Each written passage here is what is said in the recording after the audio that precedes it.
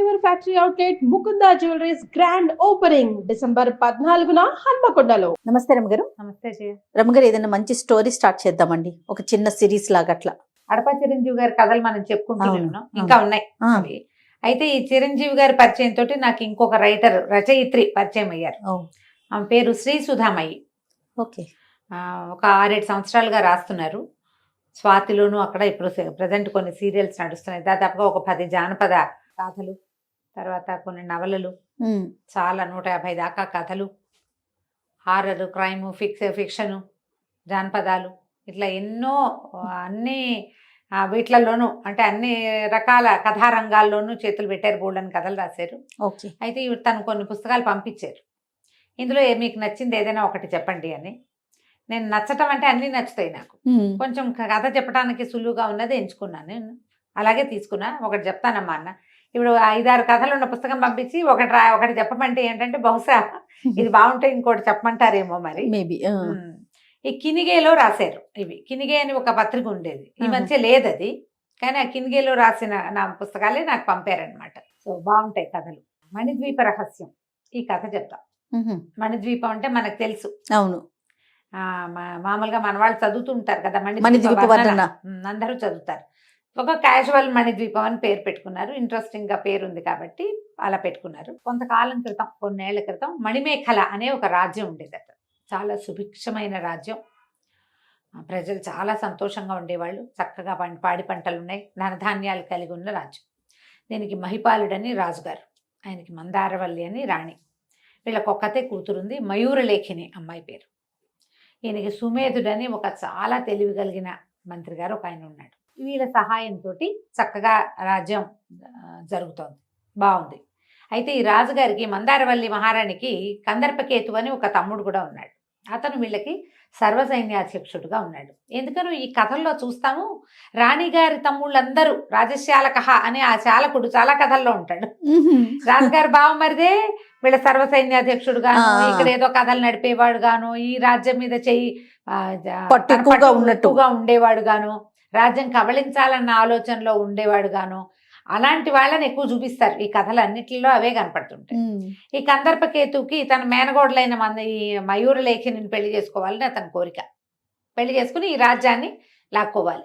రాజ్యానికి రాజు అవ్వాలంటే మరి ఏకైక పుత్రికైన రాజకుమార్తెను పెళ్లి చేసుకోవడమే రాజ్యానికి రాజు అయ్యేందుకు సులువైన మార్గం. అంతేగా. అతను ఏదో ఎత్తులు వేస్తాడు కానీ పిల్ల ఏం పెద్దగా స్వాధీన పడదు. అమ్మాయి అంత ఆసక్తి చూపించదు. పైగా పూర్వకాలం ఏంటంటే వయసు తేడాలు పెద్ద లక్ష్యమే లేదు. అమ్మాయి ఈడేరిన అమ్మాయి 35 ఏళ్ళు 40 ఏళ్ళ వాడైనా పెళ్లి చేసుకోవచ్చు. ఆ కాలంలో అలా ఉండేది. అయితే ఏమైంది, ఇలా రోజులు గడుస్తున్నాయి. ఆ పిల్ల చక్కగా బుద్ధిమంతురాలు, మహాసౌందర్యవతి, అన్నీ బాగుండేవి. ఒకనాటికి పౌర్ణమి నాడు అందరూ కలిసి ఒక చోటకి వెళ్తారు వీళ్ళు. ఈ పౌర్ణమి ఏంటంటే ఈ రాజ్యంలో చాలా ప్రత్యేకమైనది. పూర్వం అట ఈయన మన రాజుగారు మహిపాలుడు గారి ముత్తాతల కాలంలో ఒక అద్భుతమైన రాజుగారు ఒక ఆయన ఉండేవాడు. సర్వభూపాలుడని చాలా గొప్ప రాజుగారు. ఆయన మహాశివ భక్తుడట. ఆ శివభక్తుడు అవటం వల్ల పరమేశ్వరుడు ఆయనకి ఒక మణిహారాన్ని ఇచ్చాడు. ఆ మణిహారం పూజలు అందుకుంటున్నంత కాలం, మణిహారాన్ని అది పూజన అందుకుంటున్నంత కాలము ఈ మణిమేఖల రాజ్యంలో ఎటువంటి ఇబ్బంది రాదు అని ఆయనకి ఆశీర్వదించి ఇచ్చారు. ఇప్పుడు ఆ మణిహారం గురించిందే ఈ కథ అనమాట.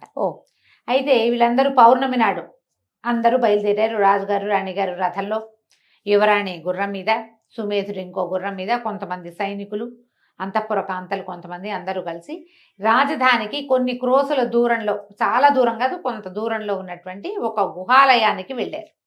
అదొక పెద్ద గుహ, చుట్టూతా బ్రహ్మాండమైన ప్రాకారం దాన్ని రక్షించటానికి. ఈ ప్రాకారానికి గుహకి మధ్యలో పెద్ద లోతైన కందకం తవ్వి దాని నిండా మొసళ్ళు ఉన్నాయి.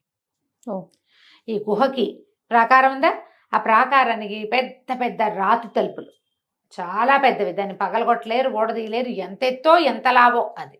అక్కడికి వెళ్ళాక రాజుగారు తన రాజముద్రిక తీసి ఈ రాతి తలుపులకి ఏర్పరిచిన ఒక చెక్క పలక మీద ఈ ఉంగరాన్ని దాంట్లో ఇట్లా అచ్చులాగా పెట్టి నొక్కే. అప్పుడు ఆ రాతి తలుపులు తెరుచుకున్నాయి. రాజుగారి ఉంగరం లేదే గుహాలయం తలుపు కూడా తెరుచుకోదు. ఇంకో రకంగా అందులోకి వెళ్లే వీలే లేదు. ఈ ప్రహరీ దాటలేరు, దాటిన అగడ్తలో పడతారు. అగడ్తలో కందకాలు మొసళ్ళు ఉన్నాయి. పైగా రాజుగారి లేనిదే తలుపు తెరుచుకో. ఈ తలుపు ఆయన దీంతోటే అక్కడి నుంచి తలుపు తెరుచుకుంది.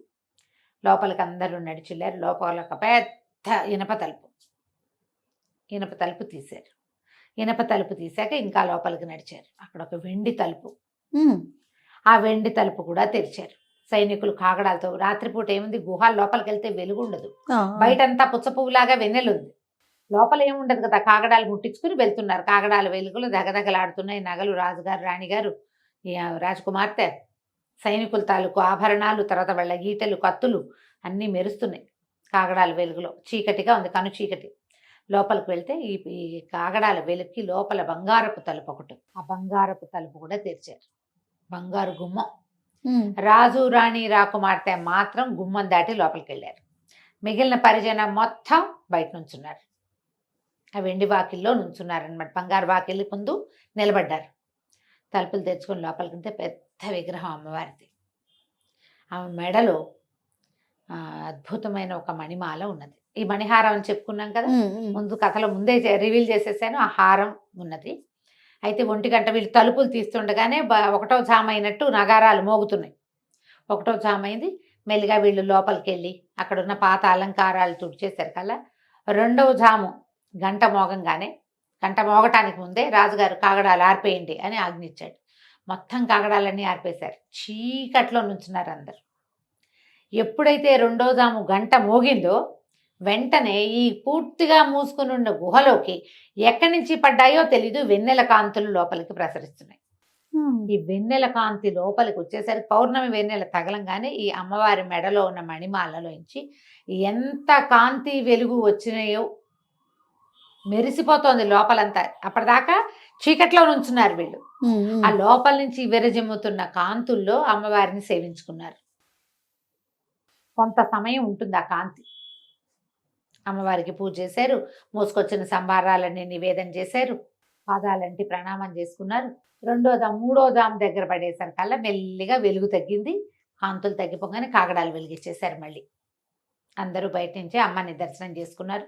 లోపలికి వెళ్ళిన ముగ్గురు అమ్మకి సాష్టాంగ ప్రణామాలు చేసుకుని బయటకు వచ్చేసారు. బంగారు వాకిలి మూయబడింది. అందరు బయటకు నడిచి వెండి వాకిలి మూసేశారు. ఇనప వాకిలి కూడా మూయబడింది. జనమంతా బయటకు వచ్చాక అప్పుడు ఈ రాతి తలుపు మూయబడిపోయింది. రాజు, రాణి, రాకుమార్తె పరివారం అంతా బయలుదేరారు. కొంతమంది వీళ్ళు వెన్నెట్లో అందరూ రాజుగారు, రాణిగారు ఇలా పరివారంతో వెళ్తుంటే ఆ ఊళ్ళో జనం కూడా కొందరు వచ్చారు ఇక్కడికి. వాళ్ళలో కొంతమంది పరదేశీయులు కూడా ఉన్నారు. ఈ వచ్చిన పరదేశీయులు ఏమిటి ఈ వింత, అంత చీకట్లో ఎట్లా వచ్చింది, అసలు అది ఏమిటి, అక్కడ ఏముంది అని అడిగితే అప్పుడు ఆ గోడ మీద ఈ దేవాలయాల బయట మనకు చూడు చరిత్రలు కనపడతాయి. ఆ చరిత్ర కనపడింది అనమాట. పూర్వకాలం ఎప్పుడో ముత్తాతల కాలం నాడు ఈ మణిమేఖల రాజ్యానికి రాజు సర్వభూపాలుడనే చక్రవర్తి.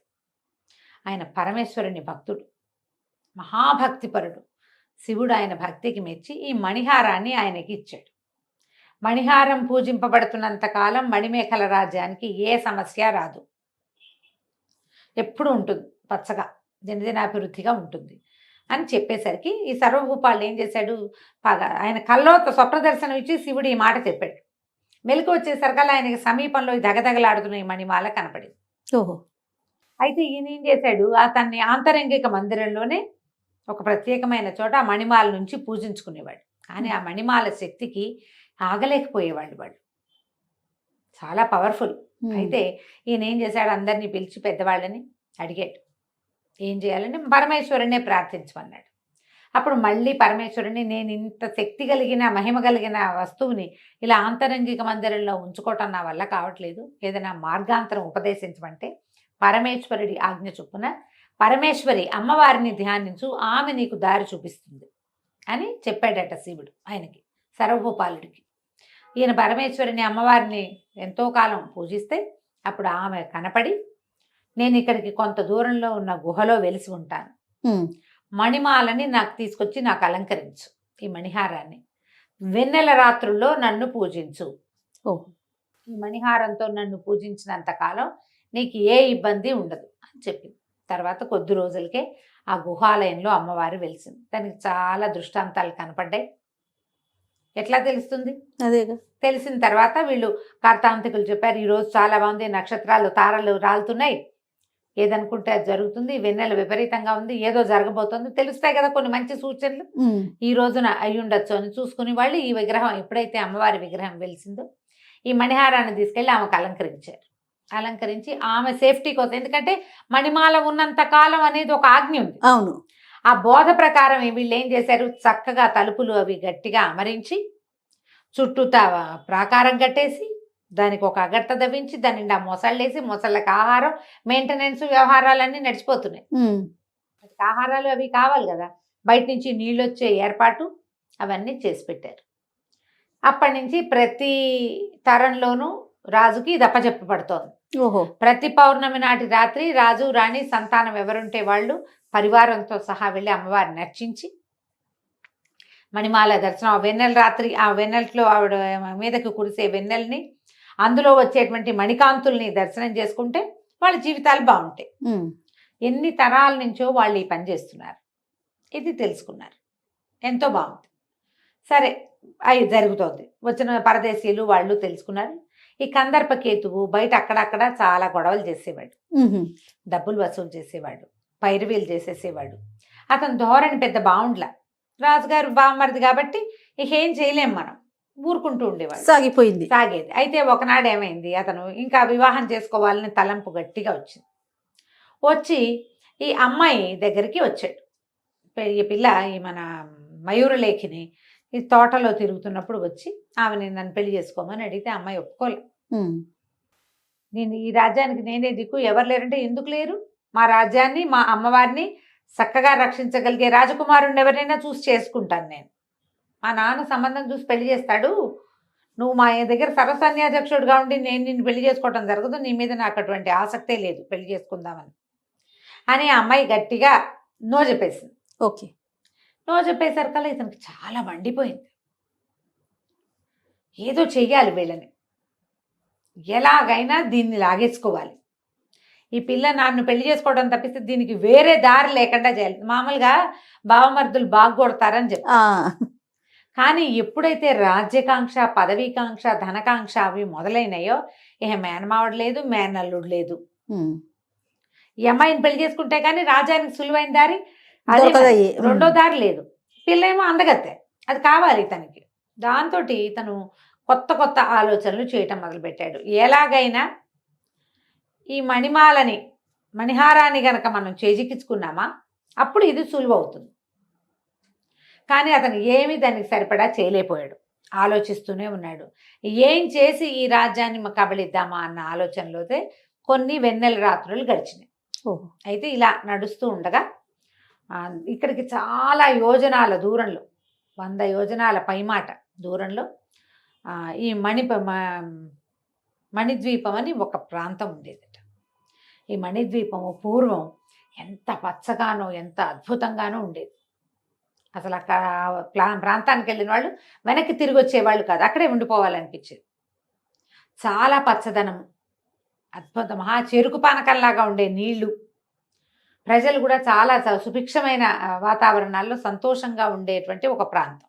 అయితే అక్కడ ఈ పరమ ప్రశాంతంగా ఎంతో పచ్చగా ఉండే ఈ ప్రాంతాన్ని ఆ వివర్ణుడు అనే ఒక మాంత్రికుడు కబ్జా చేసి ఉంచుకున్నాడు. దాంట్లో ఉన్న పచ్చదనం అంతా పోయింది, ఏం లేదు అక్కడ. మాంత్రికమైన శక్తులు కొన్ని అక్కడ కాపలా ఉంటుండేవి, మంత్రశక్తులు ఉండేవి, భూతప్రేత పిశాచాలు తిరిగేవి. మానవ మాతృడు అన్నవాడు కనపడకుండా ఎవడైనా వస్తే విరుచుకు తినే పరిస్థితి ఉంది. ఆ మణిద్వీపానికి ఈ మణిమేఖల రాజ్యానికి ఏదో సంబంధం ఉంది. ఏం సంబంధం ఉందో మనం వచ్చే భాగంలో తెలుసుకుందాం. తప్పకుండా. చాలా ఇంట్రెస్టింగ్ గా ఉంది రమ్మగారు, స్టోరీ చాలా బాగుంది. రైట్ అండి, నమస్తే. నమస్తే జయ.